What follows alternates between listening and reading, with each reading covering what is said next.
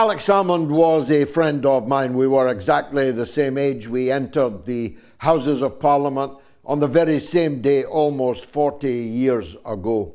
We disagreed on the fundamental question of separatism in Britain. Alex Salmond was the man who did more than anybody else to bring Scotland closer than it has ever been to the breakup of the British state, but we agreed on many other things. One of the last things that Alex Salmond tweeted was the eerie comparison between the unequivocal "I will stand with Israel" coming from Keir Starmer to the equally messianic, unequivocal commitment given by Tony Blair, a former Labour Prime Minister, to George W. Bush that whatever happens, we will be with you in the illegal invasion of Iraq, which turned into such a cataclysmic failure. Alex Salmond was a man of many parts, widely read, erudite in the extreme, articulate, but above all brave. He did not go with the tide. He was not a weather vane. He stood up for what he believed in, always, even in private conversations that I had with him so many times in London especially. He never once sought to elide the fundamental difference between us. But that didn't mean we couldn't be friends. In fact, the three most fulsome tributes to Alex Salmond since the sad demise in North Macedonia on Friday came from David Cameron, the former Conservative Prime Minister, the Right Honourable David Davis, a former Deputy Leader of the Conservative Party, and, if I may say so, me, yours truly. We were across the political aisle from him, but we respected him, admired the way he would disrupt the most august parliamentary occasions, like the budget, when no one else would have thought to do so, and if they had, would not have had the courage to do so. Alex Salmond was effectively crucified by his own party members. His successor, Nicola Sturgeon, and the gangrenous crew around her conspired to set up Alex Salmond on fake sex charges, on which he was acquitted by a majority female jury in front of a woman judge in the High Court in Edinburgh. But the SNP never forgave him.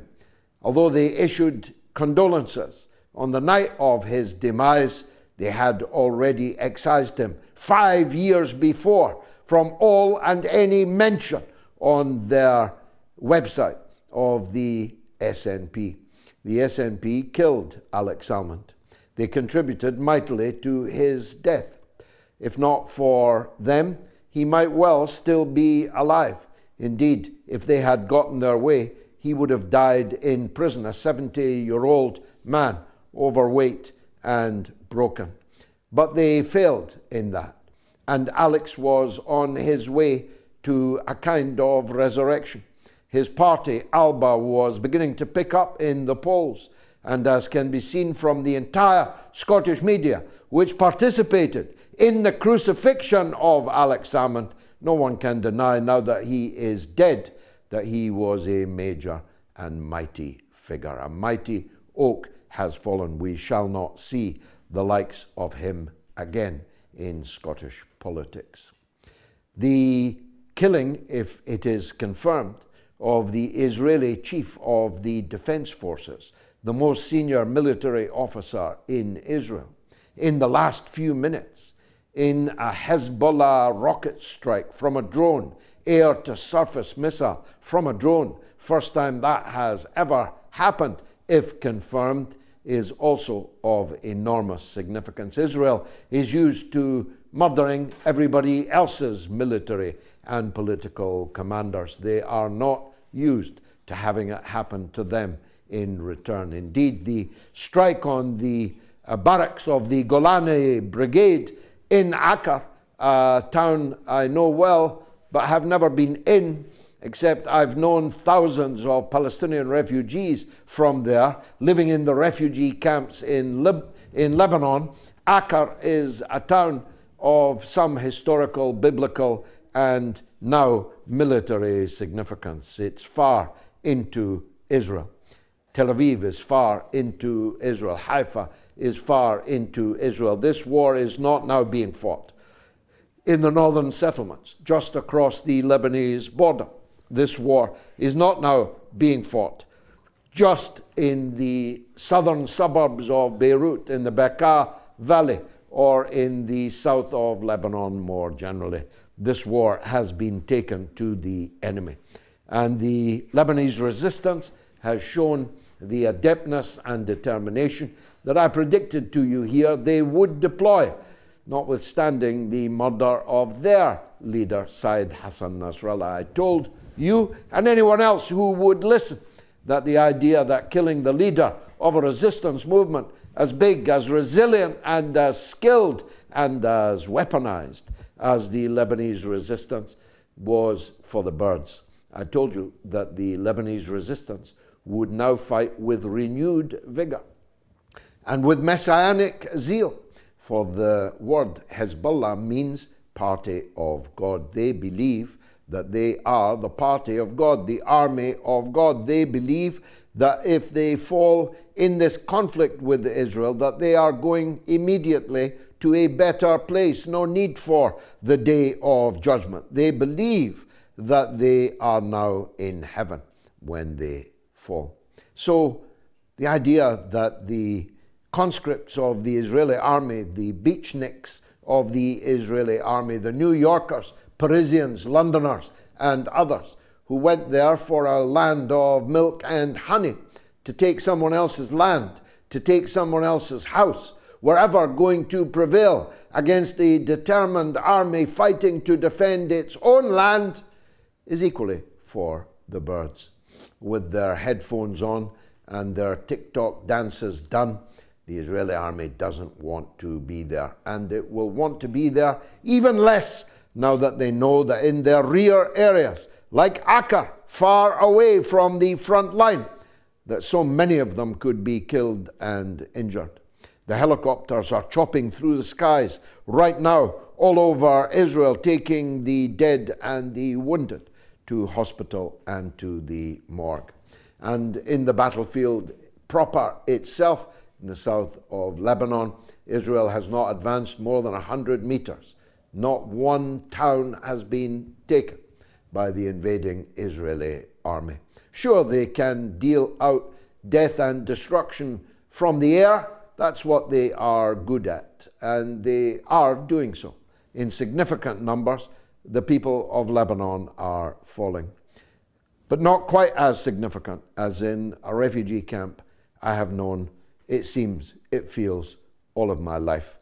The camp of Jabalia was where I saw border guards, Druze Israeli border guards, forcing Palestinian women to clean the street with toothbrushes. That's right, with basins of soapy water and toothbrushes. I watched them as they forced these women on all fours to clean the street of the camp with toothbrushes.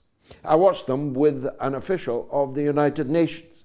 The United Nations, which is now all but destroyed by the country which was given birth by the United Nations. That's right, Israel came into being as a result of a resolution of the United Nations, since when they have killed the United Nations Special Envoy, Count Bernadotte of Sweden.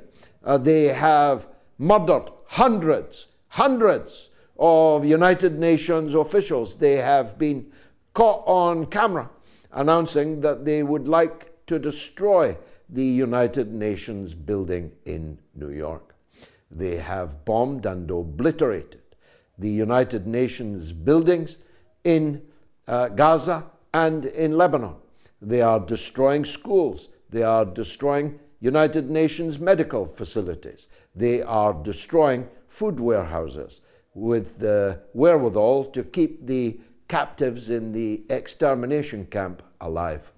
And yet, no matter how many United Nations officials they kill, they are still allowed to sit in the United Nations. I say to the Secretary General, Mr. Gutierrez, if he's a man at all, he will tomorrow move the expulsion of Israel from the United Nations itself. It is surely intolerable, unconscionable, that the country which was brought into being by the institution whose people they now murder should be allowed to continue to sit there. They are, of course, now responsible for the wounding of 5 United Nations peacekeeping soldiers from Indonesia, from Ireland, from Ghana, and from other places. Netanyahu has demanded that the United Nations force in Lebanon of peacekeeping forces, brave men and women who are there to monitor the ceasefires long non-existent. They are there fulfilling their international duty. Their property and their lives are sacrosanct to the international community. Israel is shooting them, shelling them, and ramming them with tanks. Well, if Gutierrez and the UN put up with this, they'll put up with anything. I'm going to repeat something I asked earlier in the week.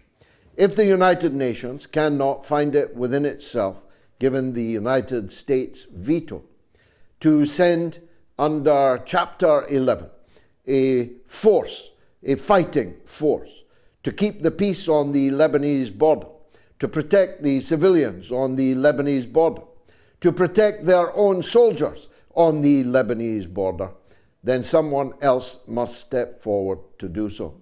After all, that's what Clinton and Tony Blair did in what they call Kosovo, wasn't it?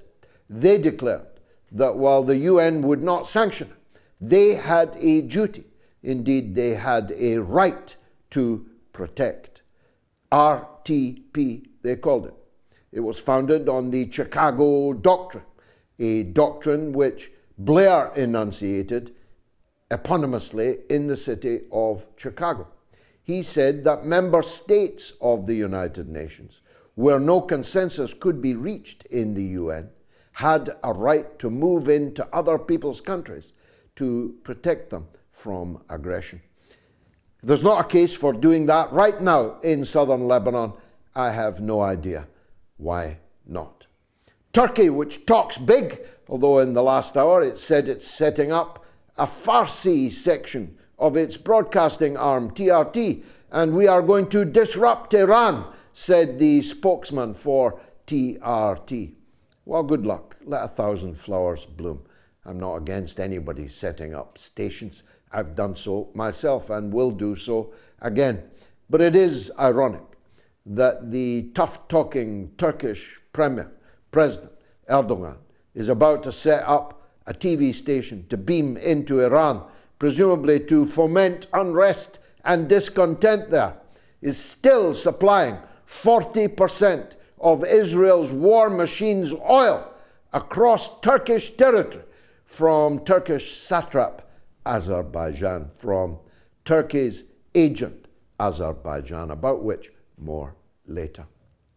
It's ironic that Turkey is still trading with Israel as it massacres the refugees in the extermination camps of Gaza, yet is preparing to do broadcasting battle with Iran. The slaughter in Gaza has reached unimaginable proportions. It is quite clear that a genocide within a genocide is now taking place.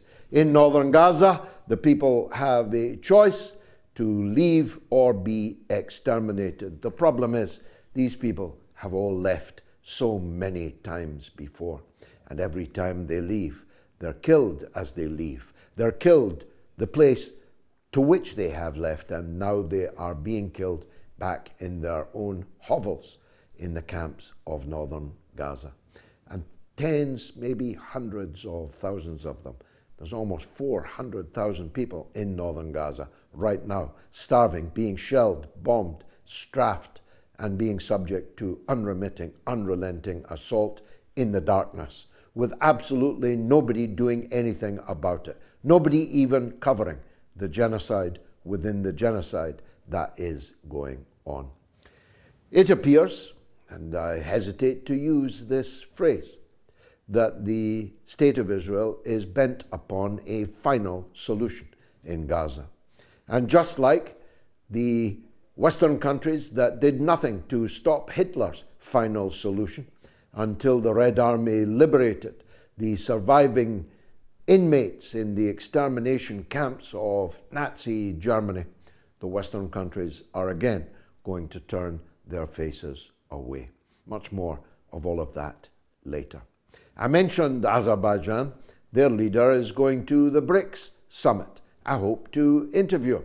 I'll be approaching him in any case with a microphone, as I will approach everybody that I see who might have something important to say to the audience of MOATS. Gayatri and I leave for there in the next day or two, and we will seek to bring you the best of the BRICS from Kazan, capital of Tatarstan, within the Russian Federation.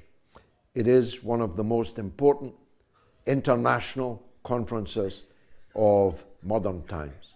It will set the course for the future, a future which you will live.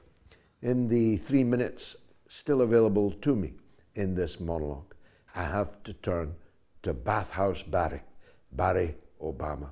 He's been known as many things, by many things, but he clearly thinks he is the Messiah. He clearly thinks he rules the black community in the United States, even though he did absolutely nothing for them. And he was out there on a nationwide tour. He's now been joined by Bill Clinton. How's that for a traveling Wilburys? If I can, forgive me, George, desecrate that name. The traveling Wilburys, Barry Obama and Billy Clinton. It's like the Epstein set all over again. And they're lecturing other people on ethics. They're lecturing other people on Donald Trump's moral foibles and failures. They're saying that cackling Kamala Harris must get over the line. And they are dismayed that black men in particular are simply not rallying towards her. Well, they only have themselves to blame. They pushed out the senile bath chair President Joe Biden. Anyone seen or heard from him of late? Is he running the war? Is he going to run the upcoming war with Iran? Is that the plan? That General Joe Biden will lead the troops into battle? No. They pushed him over a cliff and they imposed a woman intellectually completely bereft, a woman with no popularity, a woman with no class, a chameleon. She has simply not cut through the US electorate, whilst being co-responsible for a series of policies, foreign policies, which are murdering the family members of the very people that she needs to win in the election in November. I predicted to you last week that Jill Stein, Dr. Jill Stein, will win the state of Michigan, or at least will defeat Kamala Harris there. I'm doubling down on that prediction. This is, after all, the mother of all talk shows.